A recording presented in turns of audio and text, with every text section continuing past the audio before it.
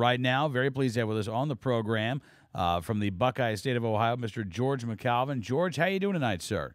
Doing great. And you, sir? I'm great. Glad you could join us on the program, and thank you so much for what you're doing. You started the Southern Ohio Youth Handicapped Whitetail Deer Hunt.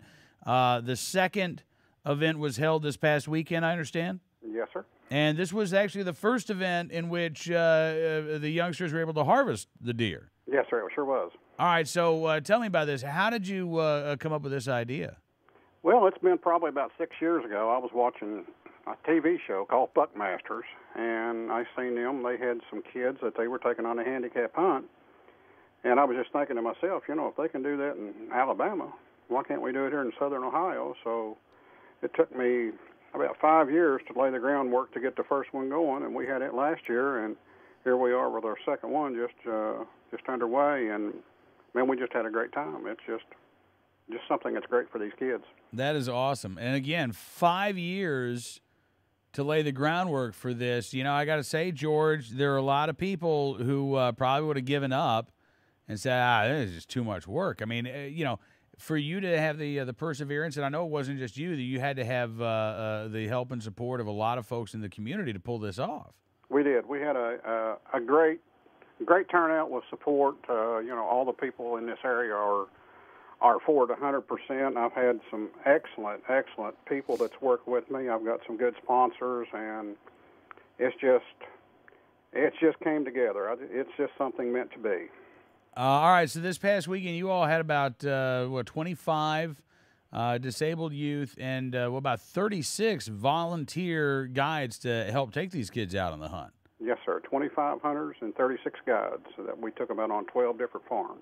And again, the owners of the farms opened up their property for these kids to come out. Yes, sir. And since the event, we've had numerous other owners that have called us and said put them on the list that they want to be, included next year. Really? Yes, sir. That is fantastic. All right, now, was this the first hunt for a lot of these kids that they've ever been on? Yes. I would say out of the 25, I want to guess probably 12 of them were newcomers that had never been on a hunt before in their life. And out of the 25, we took 8 deer, and 6 of the hunters was their first deer, and 2 of the hunters, it was their first time ever being in the woods. Oh, wow. It was great. That is so cool. I'm guessing not going to be their last time. Definitely not. George, when kids like this, who face challenges every day, can go out and they can do a hunt, they can do some of the things that their friends and their family talk about, to know that they can be a part of this. I mean, you must have talked to some of these kids. What did it mean for them? Well, it's a lot of them. It's just dreams come true. They see all the hunting shows on TV, and they, their classmates. They hear them talking about, their, fathers and grandfathers and uncles taking them out into the woods, and they've just never had a chance for that opportunity. It's the first time for these kids to ever go afield, and I mean, just to see the smiles on their faces, just to see a deer, it is just. It's unbelievable. And then a lot of them come up and thank me, just for doing something for them, which, like I told them, it wasn't me. It was the whole group. I just had a brainchild that I wanted to do.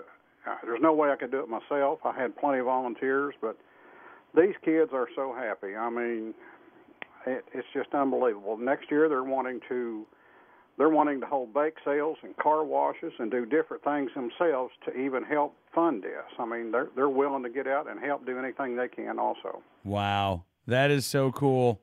Well, listen, George, I can't thank you enough for coming on the program. Listen, you may have inspired some other folks to do something like this around the country. What advice would you give individuals who are interested in starting something like this where they live? Well, just go to their local schools to where they have physically handicapped kids. A lot of the school systems now have special classes. Just talk to their teachers, talk to their advisors and their counselors. hunting clubs that might want to get together to do something. I know the National Wild Turkey Federation. They are so helpful in this program that we've got going right here with this hunt. You know, they use it as a Jake's event. They partner with me. And, you know, there's just different organizations out there that can help people get started. But the one thing they got to have the want to. Right. They've got to have the desire to help these handicapped kids where some of them can't help themselves, because it's not easy. I mean, it's a job to get these physically challenged kids into the woods. Sometimes, you know, we had to pack them in by hand. We've trucked them in. You know, we put them on trailers. We put them on four-wheelers. It's just not like going out there and going into the woods and going deer hunting. It's a challenge, but just to see one smile, it's well worth it. Absolutely. George McAlvin, thank you again for your time, sir. Have a very happy Thanksgiving, and again, thanks for all you're doing.